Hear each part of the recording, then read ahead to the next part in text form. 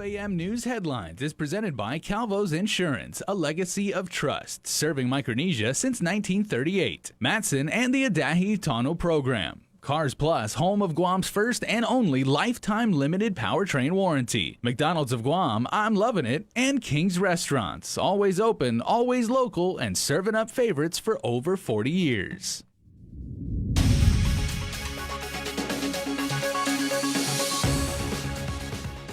Ahead on primetime, a pair of videos have gone viral. Sailors not wearing masks or practicing social distancing. Public health sounds off. Plus, the Department of Public Health continues to chip away at the backlog of frozen COVID-19 test specimens. And from moving all incoming travelers into one facility to providing additional capacity at Guam's only public hospital, the latest with containing COVID. Off a day and good evening. Right before news time, a release from the Joint Information Center came out noting that the Guam Department of Education is working closely with public health to conduct contact tracing after a confirmed COVID-19 case was identified at Marshall Sablan Elementary School, Simon Sanchez High School, and John F. Kennedy High School. 2 COVID-19 cases were also identified at Estumbo Middle School. Over the weekend and today, GDOE was notified that 5 employees at the aforementioned schools tested positive for the coronavirus.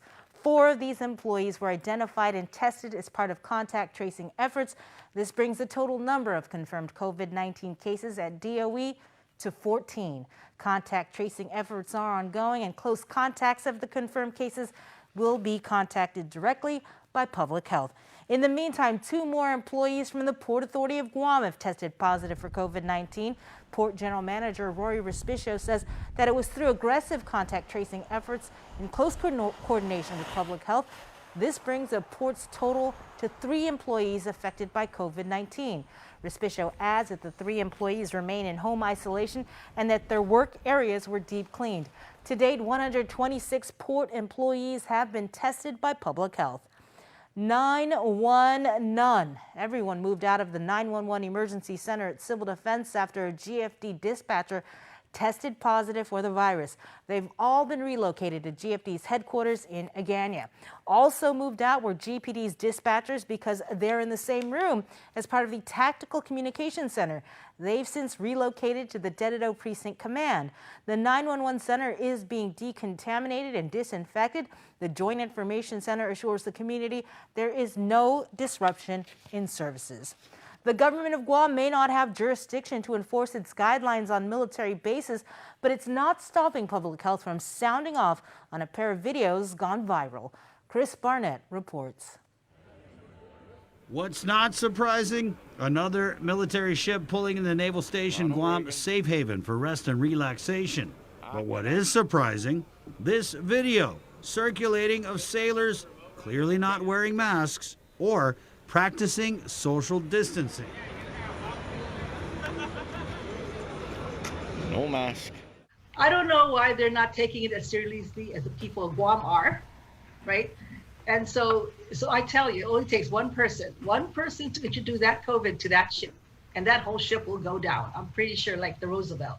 Although Joint Region Marianas did not address the video directly, a press release sent out over the weekend stated, quote, "Since the majority of the USS Ronald Reagan team has remained sequestered ashore, aboard ship, and at sea for more than 100 days, the wear of masks and social distancing will not be required by the crew while in open air off ship."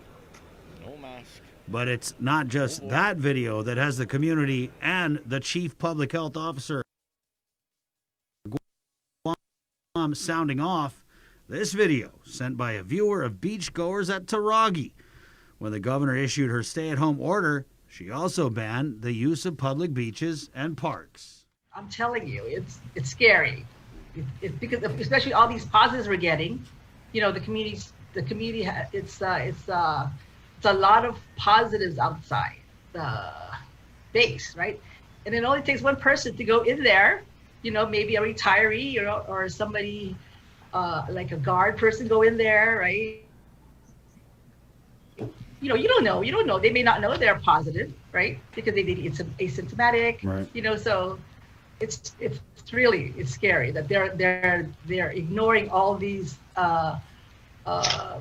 protocols not to congregate, right? No partying, no barbecuing, stay home. And so it's scary, to be honest.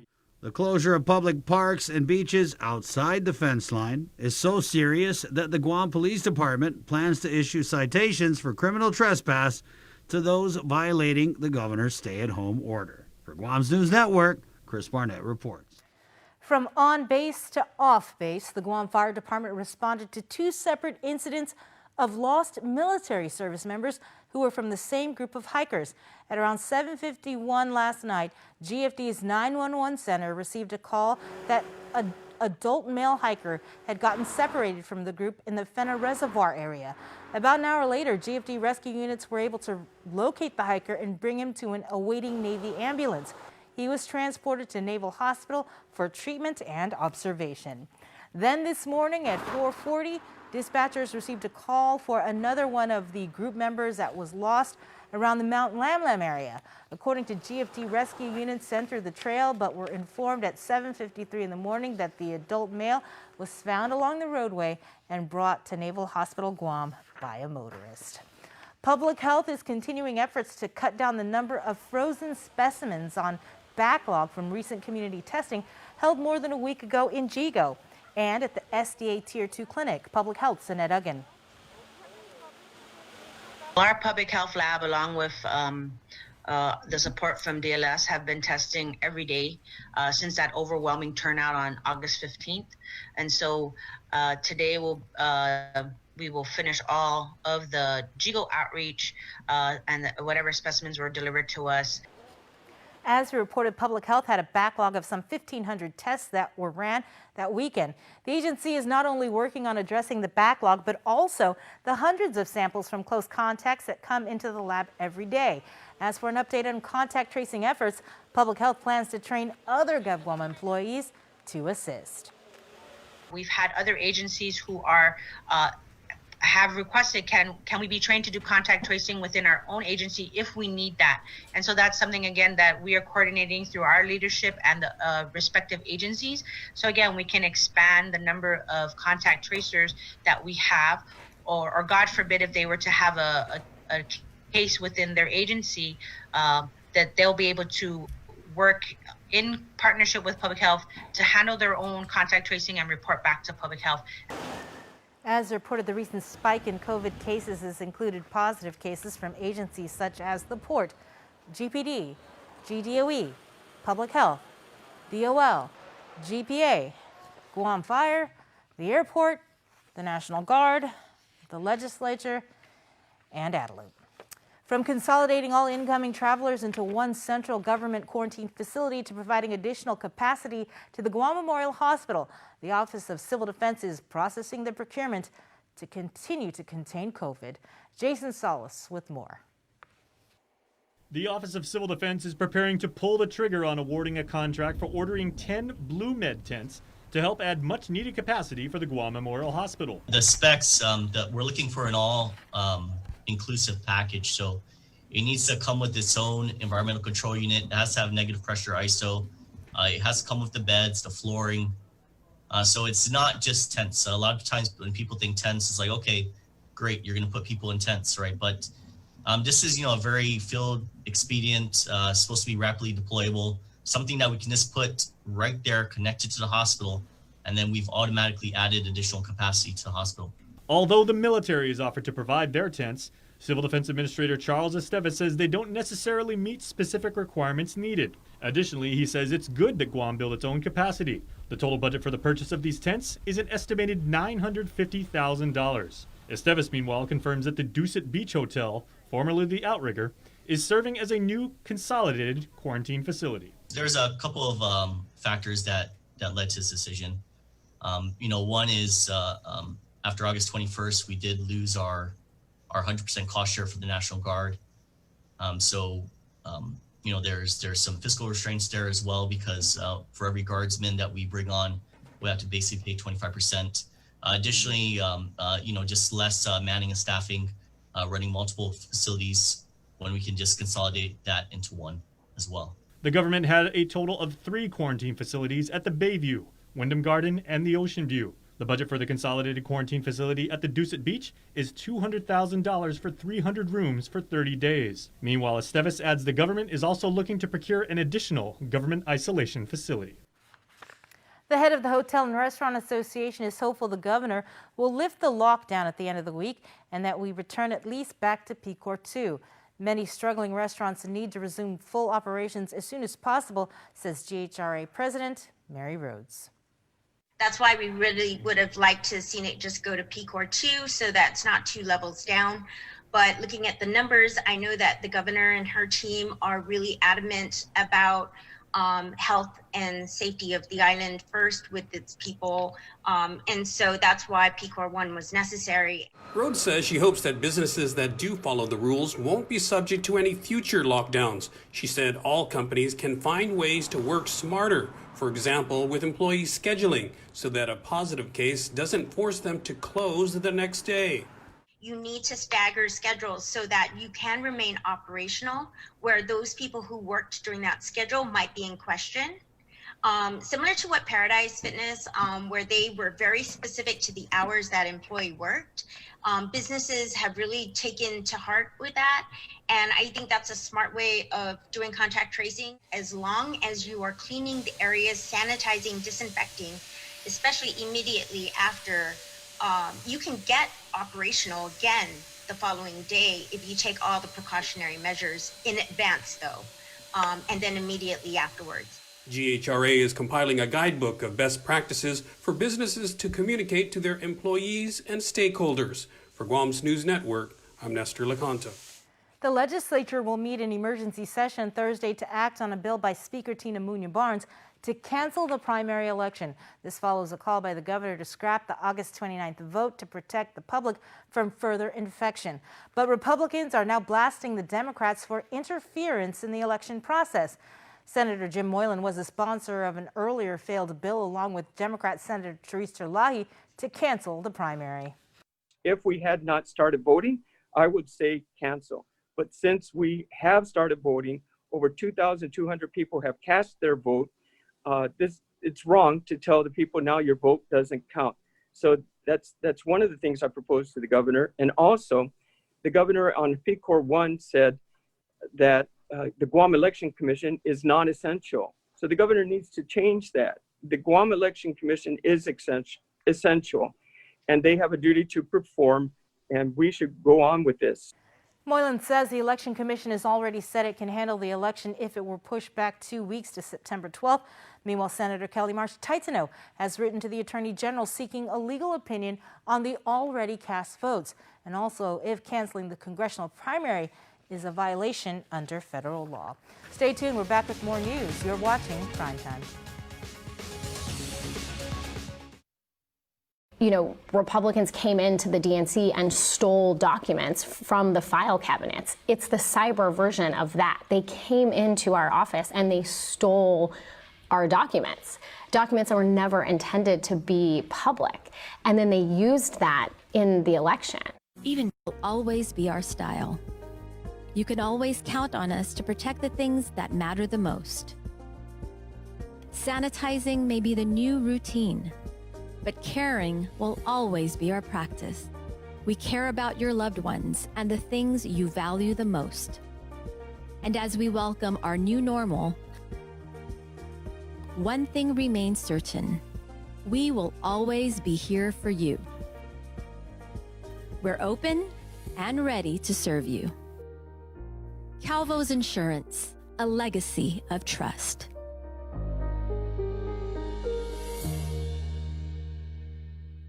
Nachos come with rules, like don't take the fully loaded chips, don't hog the guac, and never take the last one. But with the Grande Nachos box from Taco Bell, you can break all the rules, because this meal's all yours. KUAM News, winner of the 2020 Regional Edward R. Murrow Award for Excellence in Social Media. Welcome back. An update on tax refunds. Department of Revenue and Taxation and the Department of Administration mailed out 995 tax refund checks. The checks totaling a little over $2.9 million. These checks include refunds that were garnished to repay GovGuam debts. They are for error-free returns filed on or before February 6th. And in other news, U.S. Defense Secretary Mark Esper is expected to be on Guam later this week for high-level talks with his Japanese counterpart. According to international media reports, the two will discuss China's escalating presence in the Indo-Pacific region. Nestor Lecanto reports. And so I'm told you are the brave few who decide to stay around. A report in the Japan Times states that Defense Secretary Esper and Japan Defense Minister Taro Kono will meet in Guam on Saturday, August 29. The Times reports that they are likely to discuss how to deal with China's increasing maritime assertiveness in the East and South China Seas and Japan's deterrence against North Korean missile threats. In her news conference last week, Governor Lou Leon Guerrero confirmed that she's working with military officials on a virtual or face-to-face meeting with Esper to discuss military buildup related issues. The secretary's exact itinerary, according to reports, is being withheld due to security concerns, but he is also scheduled to visit Palau and Hawaii. A separate article in the Stars and Stripes references a report earlier this year by Indo-Pacific Command Leader Admiral Philip Davison on proposed spending for a $1.7 billion air missile defense system for Guam, a $1 billion homeland defense radar for Hawaii, and a $185 million over-the-horizon missile tracking radar for Palau. For Guam's News Network, I'm Nestor Lecanto. About 400 inmates, detainees, and staff at the Department of Corrections are waiting on public health to continue with COVID testing. Last week, 145 individuals were tested and results all came back negative. Due to the influx of testing throughout the whole island, DOC's testing has been put on brief pause. According to Major Antone Uggan, the DOC director is working with public health regarding the next test date, and at this time he could not confirm when that will be. Uggan adds there has not been any recent COVID-related symptoms reported in both the Mangilau and Hagåtña facilities. Senators continue with GovGuam budget discussions today after a weekend break. They're in the middle of a section-by-section review of agency spending plans and have until next week, Monday, to pass a budget measure. They'll have to pause on Thursday, though, to take up Speaker Tina Muñoz-Barnes' bill to cancel the primary election. They have been conducting the budget hearing virtually, but any voting on bills must be done in person on session floor. The Guam Department of Education announcing that hard copy packet distribution continues to be suspended until further notice, but teachers and employees remain on regular duty. Additionally, all GDOE schools will continue with online home learning instruction. Schools and teachers will be reaching out to families enrolled in the hard copy option this week. These students will have the option to switch to remote learning. Parents are urged to contact their schools via email regarding the matter. Police are investigating an officer-involved shooting that occurred at around 1:15 Saturday morning in Parisville. According to a GPD news release, police were attempting to stop a silver Toyota van when it accelerated toward two officers as they were exiting their patrol car. One of the officers fired at the vehicle, which reportedly tried to ram them. The pursuit ended by LBJ Elementary School when the van became disabled. The driver, 41-year-old Susan Smith, was arrested for reckless driving, aggravated assault, assault on a police officer, and eluding a police officer. Her passenger, 20-year-old Elijah Borja, was also arrested for an outstanding warrant. They were booked and confined. No one was injured in the shooting. Meanwhile, the officer who discharged his weapon was placed on leave pending the results of an administrative investigation by GPD's Internal Affairs. 28-year-old Vincent Ryan Johnny was arrested for robbery, terrorizing, and use of a weapon in the commission of a felony Saturday. Police reports indicated that Johnny entered Home Plus Smart in Upper Tumon, brandishing a screwdriver and demanded money from the store employee. He then fled in a white Mazda sedan with an unknown amount of cash. While conducting checks within the surrounding area, officers from GPD's COVID-19 Response Task Force located the suspect vehicle in the parking lot of Andy's Rent-A-Car in Harmon. Officers learned from employees that Johnny was dropped off at Harmon Court Apartments in Carlos Heights, where he was located and arrested. Johnny was booked and confined at DOC, and the case has been forwarded to the Attorney General's office. Thanks to a federal grant for criminal justice agencies, the Bureau of Statistics and Plans has made another donation of COVID-19 supplies for the Guam Police Department, Parks and Recs Rangers, DOC officers, Agriculture Conservation officers, and the AG's office investigators. Supplies picked up include N95 masks, gloves, rubbing alcohol, hand sanitizer, and wipes. The $2.9 million U.S. Department of Justice Coronavirus Emergency Supplemental Funding Program grant was secured in April by BSP. The funding became available as part of CARES legislation to help public safety agencies in their response to the COVID-19 pandemic. Coming up on Primetime, we get a look at this week's island weather with Landon Idolette from the National Weather Service in Tiedzin. You're watching KUAM.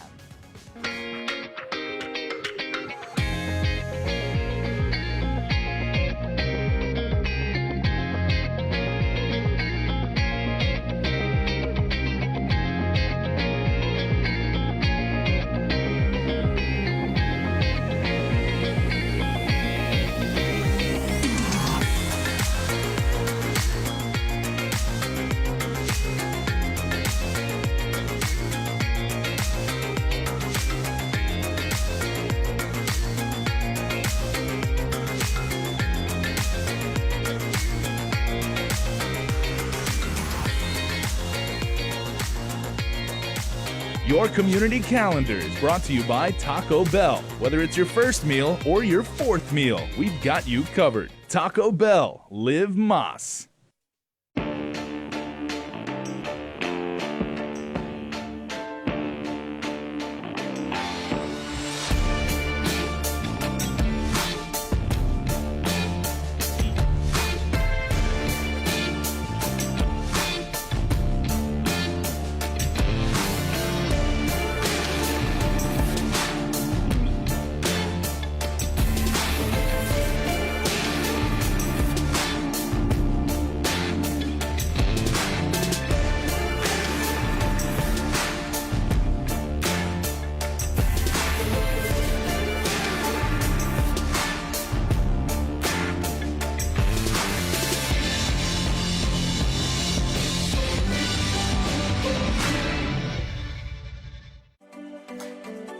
Small businesses are an important foundation in our island's growing economy. They provide essential goods and services to our community while preserving local traditions and creating new job opportunities. Your responses to the 2020 Census of Guam will help small businesses receive the information they need to thrive for years to come. Respond today. Together, we can make a difference. This is a bag, but for Steve, this bag gives him food cred. Because now everyone knows that when they have that craving, or they're just looking for the perfect deal, well, they just need to follow Steve. Follow him all the way to the new McTerry Deluxe at McDonald's. It's an all-beef patty smothered with teriyaki sauce topped with lettuce and tomato on a sesame seed bun. For a limited time, price and participation may vary. Welcome back. Here's Landon Idolette from the National Weather Service with your weekly weather outlook. Weather doesn't look too bad for us. Again, it's late August and it's pretty slow out there across the tropics for our region. So that's the good news. I'm going to flip the camera around and show you what's out there on the satellite. We're looking right at the Mariana Islands. We got a lot of mid-level clouds. If you look outside and see the beautiful sunrise this morning, it's a nice, colorful mid-level cloud deck and a few sprinkles out there. Nothing too exciting at this point, but we do have showers and thunderstorms in the forecast for later today. We did have a weak disturbance sitting off to our east yesterday that pretty much dissipated as it was moving over the islands and then started coming back together as it moved to our west. We're still seeing the light winds right now across the Mariana Islands. And of course, like I mentioned last week, light winds over the islands means we have the potential for daytime heating of the island and then afternoon showers and thunderstorms. So we're going to be looking at that same setup this afternoon for Guam and also the next couple days. I'm going to switch over from our infrared view to our visible satellite picture. This shows us that's actually what's going on at the surface. So you see that dark spot moving right across the frame. That's the nighttime darkness. And so we're seeing the line of sunrise coming across the Pacific to our east. Wow. And so we're going to get more cloud imagery through the day. This is our visible imagery. I'm going to switch back to the infrared, show you something off to our distant northwest. This is Typhoon Bavi. This is northeast of Taiwan, and it is moving towards Korea, so that is no threat to Guam and the Mariana Islands. But if you recall back 5 years ago, we had Tropical Storm Bobby pass just over northern Guam. That was around March 15th, 2015. So Bobby is back in the circulation of names, and that is no threat for us this time. And I'm going to go show you the track of that right quick. There's the track of Bobby right there. So again, no threat for us. It's northeast of Taiwan, and it's going to be intensifying as it makes its turn towards the north and into the Korean Peninsula. So that's the good news for us. Tropics-wise, we don't see much action for us in the tropics in the coming week or two, but we could see another disturbance come over Guam and the Marianas around Thursday through Friday morning, and that could develop into something in the Philippine Sea as it's moving away from us. So again, no threat for us. That is the good news. So what do we expect in the forecast for the coming days? Not bad this morning, partly sunny with isolated showers and thunderstorms, but we will see the scattered showers coming up this afternoon. And they're really not too bad through Tuesday and Wednesday, but then that disturbance could bring more showers and thunderstorms to Guam on Thursday. So really not a bad outlook for us in the coming week. But again, the showers and thunderstorms this afternoon, tonight, and then the next couple afternoons with isolated thunderstorms. So that's the thing to be careful for and to watch out for. You might have seen some interesting things yesterday off of Pago Bay. That was a water spout. Are you sure that wasn't aliens, man? Because at this point, we're just waiting for the alien invasion. Like, let's get it over with, 2020. Bring it. Come on. It is 2020, so there's been some photos circulating out of, I think, the Gulf of Mexico, off Louisiana. They had, I think, 7 or 8 water spouts all in one picture. So we've just had one, so we can increase our capabilities here if we want to really maximize our 2020 potential. But I do have good news. August 24th, 4 months till Christmas. It's almost the Burr month if you're Filipino out there. So, hey, 2021 is coming not too far away. Still to come, your Cold Stone Creamery Birthday Club shout-out. Stay tuned. My child, Ekongok, listen. The winds are singing. The ocean is roaring. And the trees are dancing. Our island is moving once again. In Afamolik, our unity has carried us through the stillness of today. And now, the spirit of half a day is yearning for our friends to come home.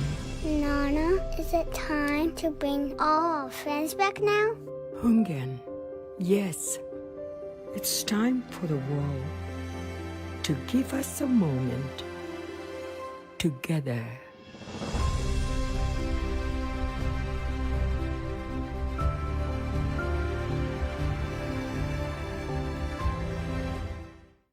Our biggest SUV, the Palisade, and our smallest SUV, the Venue. Remember, it's not the size of the dog in your adventure, but the size of the adventure in your dog. Big or small, it's better in a Hyundai SUV. When you want to make the most of your time, waiting in line should be last on your mind. Introducing Skip Lino, the most convenient way to visit Docomo Pacific. Simply download the Skip Lino app on your device, set your region to Guam or Northern Mariana Islands, find Docomo Pacific, and select the location you'd like to visit. Spend less time in line and more time with the people who matter most with the Skip Lino app. Can't wait to see you soon. Docomo Pacific, better together. Welcome back. Before we close out the news, here's your latest round of birthday shout-outs from the Cold Stone Creamery Birthday Club. Okay, everybody, happy birthday on August 24th. Sorry, where are my manners? Happy birthday on August 24th to Frank Moffness. Happy birthday to you, Frank. Wishing you the best from your GWSH family. Trey, Carlos, Sablon, Roberto, happy blessed birthday to Trey. Wishes from the whole family, hugs and virtual kisses. Enjoy your special day. Aisha Rose Parrish. Aisha, Happy birthday blessings to you. Love, your familia. And to a very good friend of ours, Jennifer Calvo, happy birthday to you. You are proof, your shout out says, that age is just a number. We love you from your family, especially Nina and Toby. And happy belated birthday wishes going out to Carmelyn Raylene Torres Perez, who was born on June the 24th. Hey, never too late to say happy birthday to someone. And Carmelyn turns 20 this year. Have an amazing birthday, and may God bless you. We love you always, from your familia and your boy. You can be a part of the Cold Stone Creamery Birthday Club by registering online at KUAM.com. And that's going to do it for us here on Primetime. Coming up, KUAM News Extra with Andy Wheeler. His guest is Make-A-Wish President and CEO of Guam and Sinamai Chapter, Eric Tedinko. Good night and stay safe.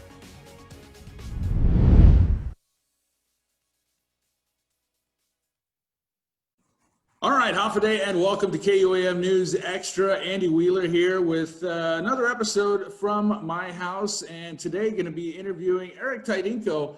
And Eric, we've seen you quite a bit here on the show, but recently with Musically, because you've been playing and performing because, well, you can't gig anymore. But today what I wanted to talk to you about is Make-A-Wish Foundation Guam.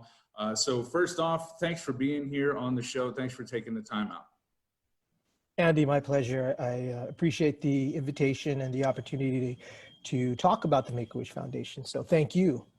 Yeah, I wanted to talk to you about it because Make-A-Wish Foundation is such an outstanding organization that even in the past, couple decades, I mean, it's grown to such a global level.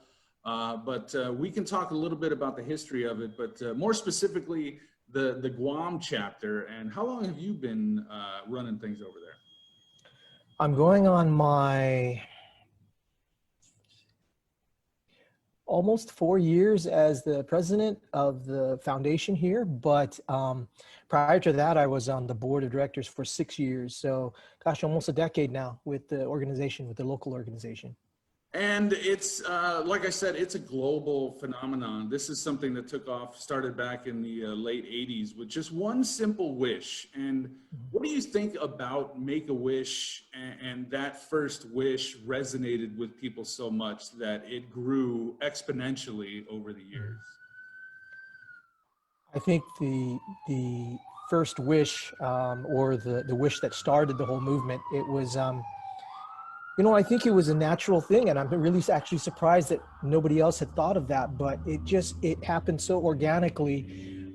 This one kid, Chris Grecius, back in Arizona, his next door neighbor was the police officer, and he befriended that little kid, and obviously there was a connection there made because, once the police officer found out how sick he was, it just kind of blossomed from there. And then he found out through Chris's mom, that he really would love to be, it's his dream to become a police officer. And so that's how it all happened. And then, in seeing videos, and I've actually met two of the founders, there was about six or seven co-founders of the group. And I was fortunate to meet, actually I met three of them, and they talk about how they just had no idea when they first met Chris, how this would just transform really the world in granting children with critical illnesses,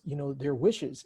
And I need to clarify that although Chris passed away, and initially the qualification for being a wish kid was to have a terminal illness, has since evolved. And so it's really not just terminal illnesses, it's illnesses that have a critical component to them that could be life-threatening, yes.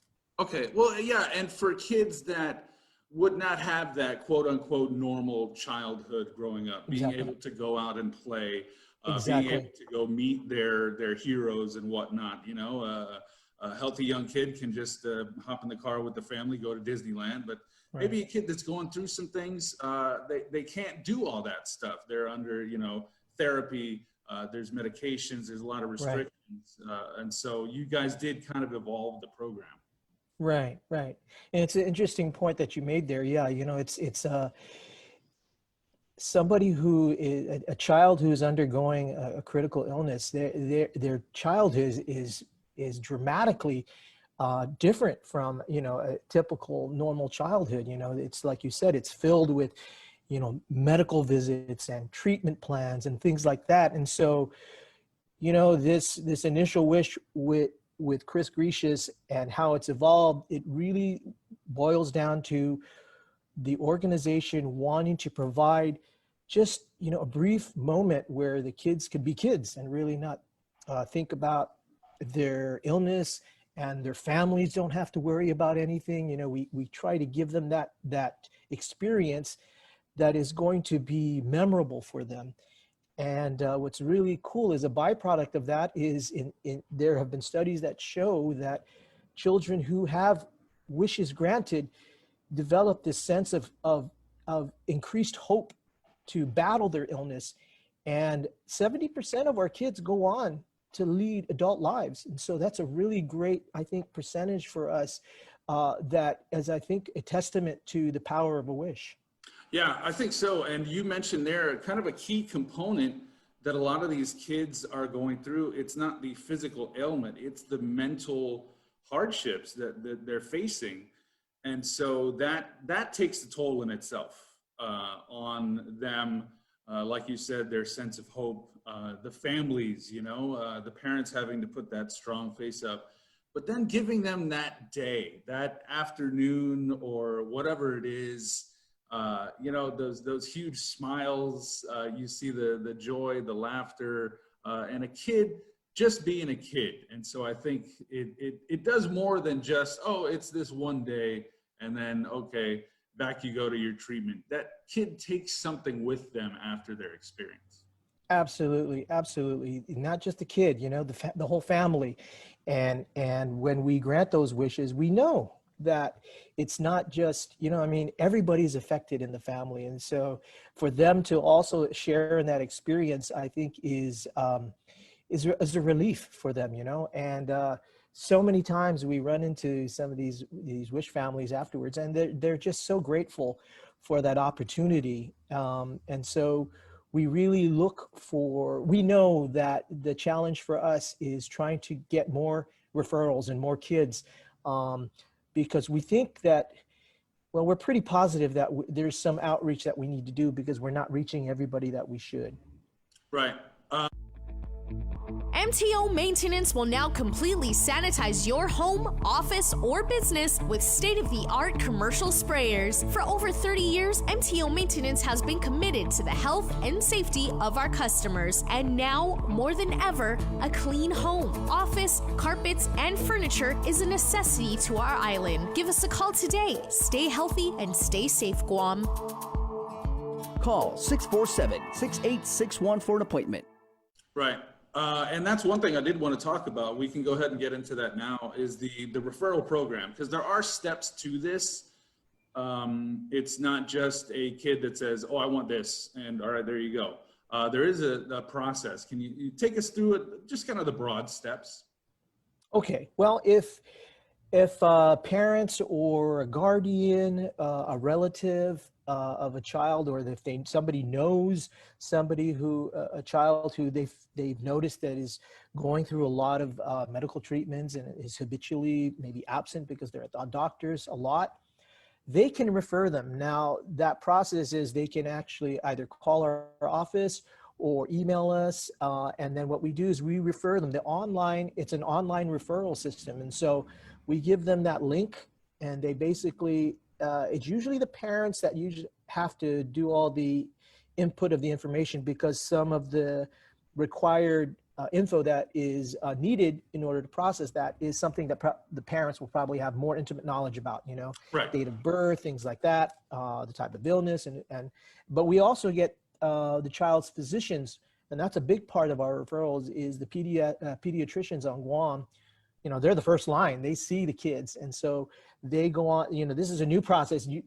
Previously, they used to send all their referral forms in to us, and then we would process it. But now the national office has kind of streamlined that, and so you go to the online portal for that and enter in all the information. It's pretty easy.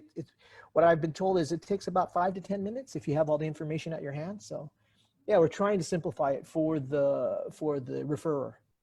Do you get a sense that maybe some people, families that are going through this might be a little hesitant just because of the mamala factor, or we don't want to ask for anything, we just want our child to be better? Do you get that impression sometimes? Man, Andy, you hit it on the head, man. It's a cultural thing, and it's also a fact of misinformation.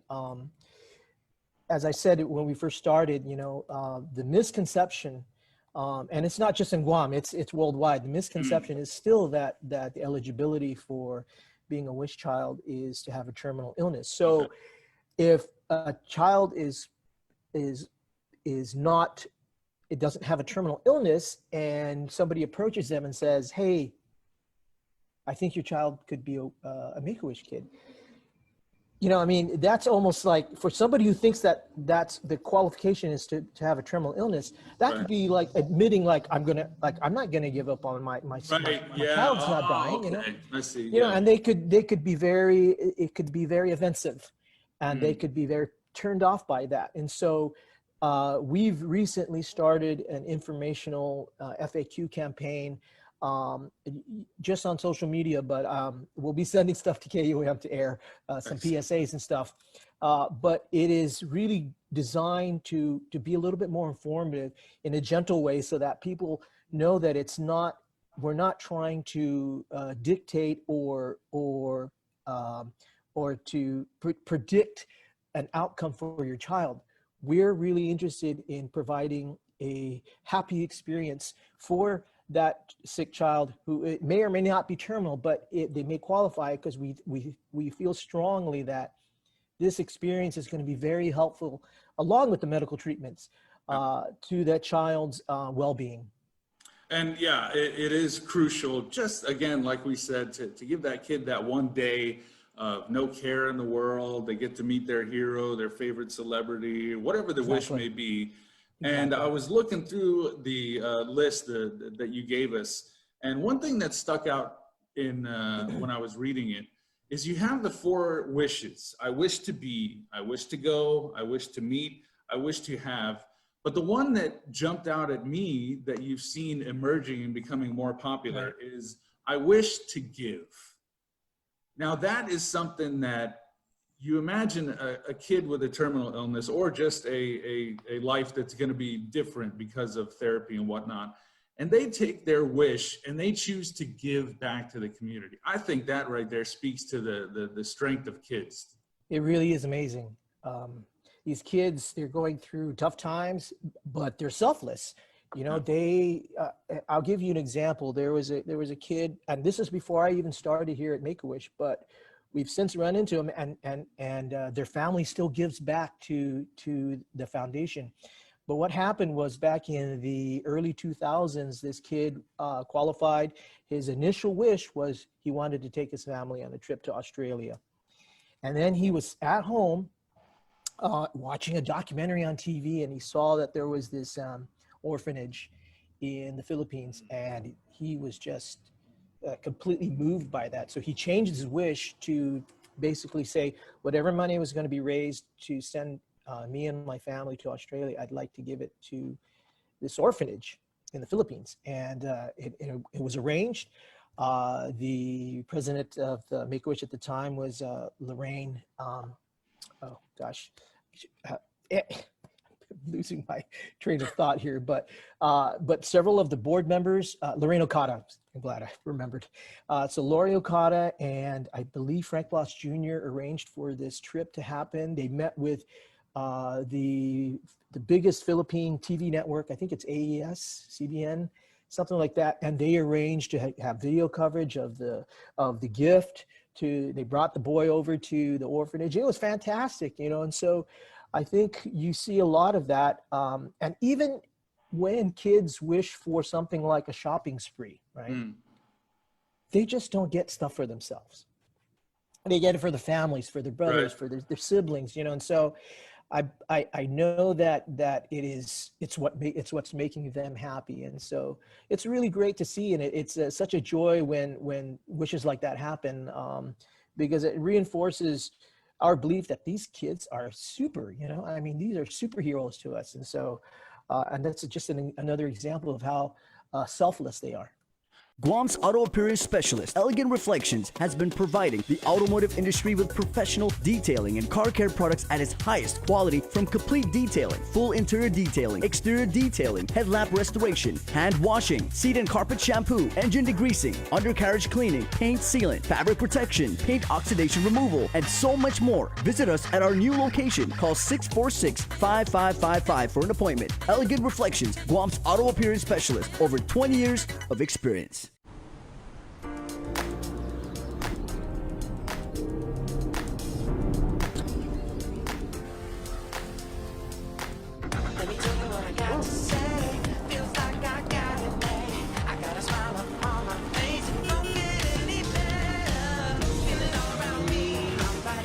No matter what size adventure you're into, it's better in a Hyundai. And introducing the Venue, the newest member of the Hyundai SUV family. Nachos come with rules, like don't take the fully loaded chips, don't hog the guac, and never take the last one. But with the Grande Nachos box from Taco Bell, you can break all the rules, because this meal's all yours.